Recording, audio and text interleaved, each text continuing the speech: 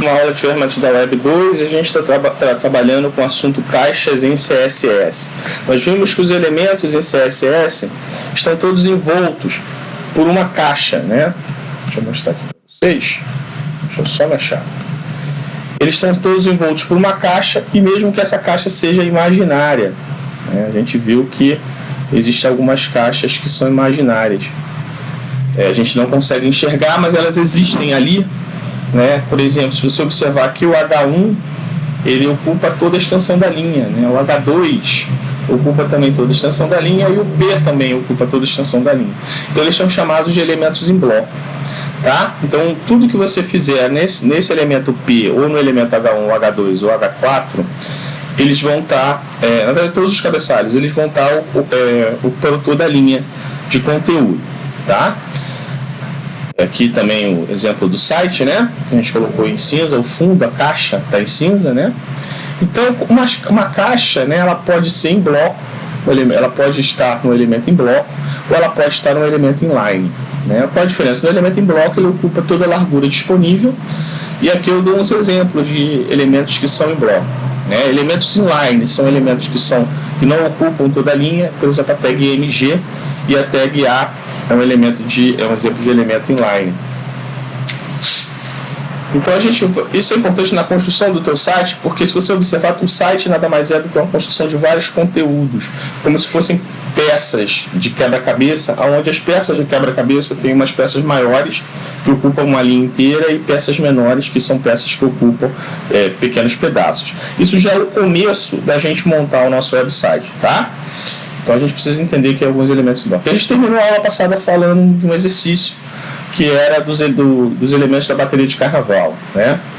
Então a gente vai começar a aula de hoje falando de 4 propriedades importantes, né? Que é a min width, a max width, a min height e a max height.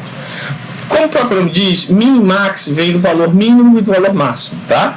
Width, ou width, como você quiser chamar, vem da largura e height vem da altura, né? Só você observar, se você tiver uma dificuldade, width e height são propriedades irmãs, né?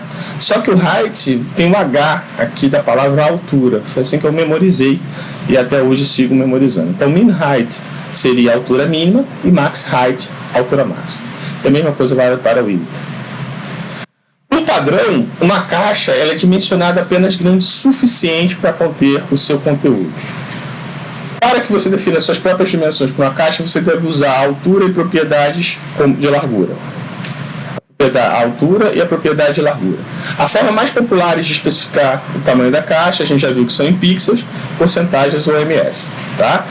Pixels, você tem o tamanho total daquela caixa. Porcentagem é o quanto ele vai ocupar no navegador, ou se ele estiver dentro de uma outra caixa. Se for uma subcaixa, é a porcentagem que ele vai ocupar dentro daquela caixa. Tá? Então a gente vai para a primeira propriedade importante quando a gente fala de caixas, que é a propriedade de, além do min, max, height e width, você vai ter também a propriedade de overflow. A propriedade de overflow significa o seguinte: você tem uma caixa e ali dentro você vai colocar um conteúdo e às vezes vai acontecer um overflow. O que é um overflow? É um estouro de um conteúdo. É como se você tivesse uma caixa e ali você colocasse vários, dentro da tag P, você colocasse várias palavras até que o momento aquela tag, aquele valor daquela caixa, ou a capacidade daquela caixa estourasse. Então, eu tenho vários tipos. Essa propriedade de overflow, ela pode ser declarada como vários tipos. A primeira é o seguinte: overflow visible é o padrão, mostra todo o conteúdo mesmo que não caiba dentro daquela caixa. Então, se eu tiver uma caixinha pequena e colocar ali um elemento parágrafo e começar a escrever dentro daquela caixa, a caixa vai aumentar de tamanho para poder acomodar todo o conteúdo daquele elemento, tá? Então, o overflow visible, ele permite isso, tá? Então, você declara lá overflow visible, tá? Então, você tem a caixa container, né? E ali você tem uma imagem dentro daquela caixa container, né? Então, é como se eu tivesse uma moldura de uma imagem e eu tenho uma caixa.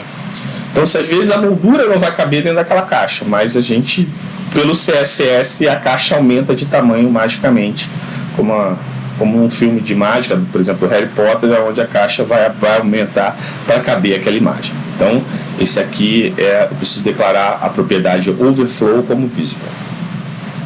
E aqui eu tenho uma imagem da FireTech que está dentro dessa classe container. Né? A imagem está dentro dessa classe container. E o que essa classe container tem? Ela tem a propriedade overflow que é visible. Ou seja, eu posso colocar qualquer tamanho de imagem aqui que vai caber dentro dessa classe container que eu quero trabalhar. Mesmo com que eu declarando a altura como 100 pixels, tá? Eu declarei a altura como 100 pixels, mas ela não é referência, porque o overflow é visible. Tá? Então a altura pode aumentar de tamanho de acordo com a imagem que contém. Isso é importante, vai cair na prova, hein? Bom, um outro tipo de overflow é alto. Né? O overflow, quando ele tem um valor alto, ele mostra a barra de rolagem, o scroll, somente quando houver necessidade. Por exemplo, eu declarei uma imagem com altura de 100 pixels, mas a imagem tem 150 pixels. Então o que vai acontecer? Ele vai criar uma barra de rolagem para a gente poder ver os 50 pixels restantes quando eu clicar na barra de rolagem. Isso vale para a altura, mas também o mesmo pensamento vale para a largura. Então, se for uma largura maior do que a declarada na classe, aqui a gente não declarou o width, mas a gente poderia ter declarado a propriedade width e aí ela acomodaria também no valor que a gente definiu. Fechado?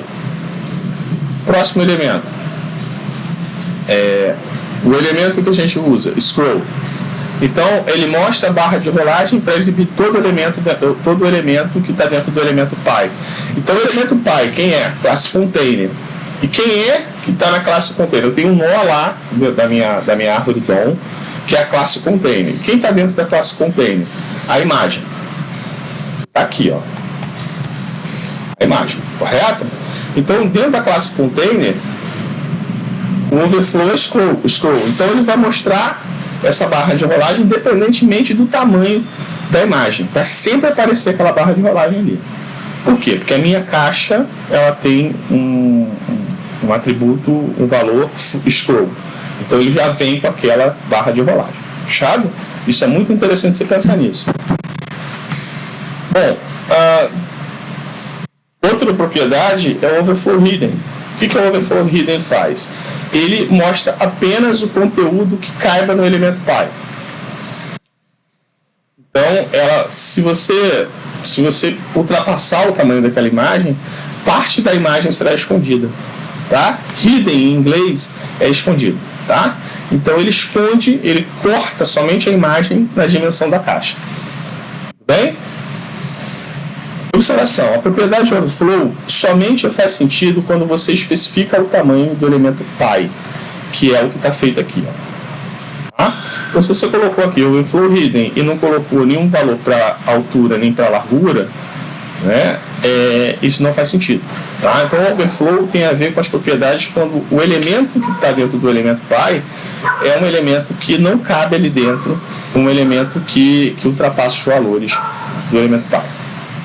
Bom, eu posso falar também o overflow x e o overflow y. X é a parte deitada, como em matemática, né? Overflow x. Então, o que vai fazer quando ultrapassar a largura? E o que vai fazer o overflow y? O que vai fazer quando ultrapassar a altura? Então, a overflow x e o overflow y, ele remove as barras de rolagem vertical e horizontal da janela do navegador. O conteúdo não mais aparecerá. Então, está aqui, ó. Overflow x eu escondo e o overflow y também eu estou escondendo. Bom, vamos para a segunda propriedade da aula de hoje, que também é uma propriedade importante, que são três propriedades que andam juntos, que é a propriedade border, a propriedade padding e a propriedade margem. Border vem da linha, vem da palavra border, vem da palavra em inglês e significa borda, perdão. Padding é espaçamento e margem é margem. Então todo elemento em HTML, pessoal, ele vai ter uma margem, ele vai ter um conteúdo e ele vai ter uma padding. O que é a margem? A margem é a distância da caixa até o lado esquerdo do navegador, ou do lado superior, ou do lado inferior, ou do lado direito. Isso é uma margem. Padding é a distância do elemento até o início da margem. Tudo bem? E border é o tamanho do elemento, da borda do elemento que está contido aquele elemento. Então eu vou ter, para cada caixa, eu vou ter uma margem, que é a distância da caixa até a margem, o início da janela, tanto o esquerdo, como o superior, como o inferior, como o direito. Vou ter um padding, que é o deslocamento entre o conteúdo e o que está dentro da caixa. E vou ter uma borda, que é o tamanho da borda do elemento. É o tamanho do que está envolto no elemento. Fechado? Então a gente vai encerrar a aula por aqui e a gente vai continuar na próxima aula para a gente aprender melhor esses três conceitos: borda, margem e padding.